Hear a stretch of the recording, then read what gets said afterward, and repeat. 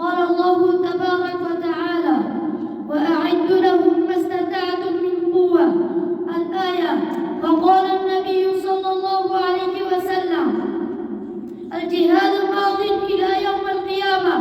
الحديث. چراغی را که ایزد برفروزد، چراغی را که ایزد برفروزد، هر آن کس که خوب کند ریشش بسوزد.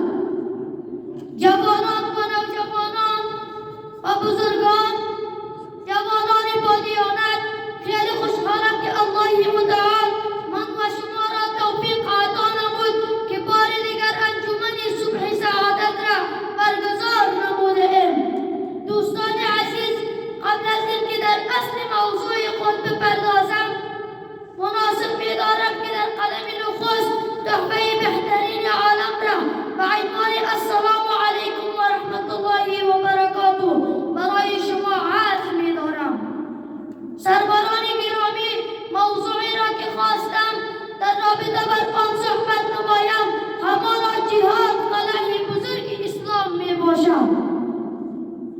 بله عزیز دل، حضرت ابو سعید خدری از رسول گرامی صلی الله علیه و سلم نقل میکند و پیامبر فرمود: آنکه ربوبیت خدا و دیانت اسلام را و رسالت محمد صلی الله علیه و سلم راضی شود، بهشت بر او واجب می شود.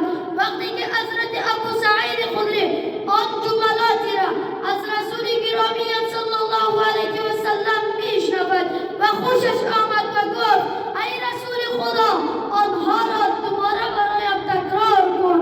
رسول خدا آنها را دوباره برایش تکرار کرد و سپس فرمود: دیگر عملی هست؟ خداوند چنان درجه آن بنده را بلند میبرد که فاصله در بین هر دو درجه به اندازه فاصله زمین و آسمان میباشد. حضرت ابو سعید رضی الله عنه پرسید: آن عمل چیست؟ پیامبر فرمود: آن عمل جهاد در راه الله، جهاد در راه خدا میباشد.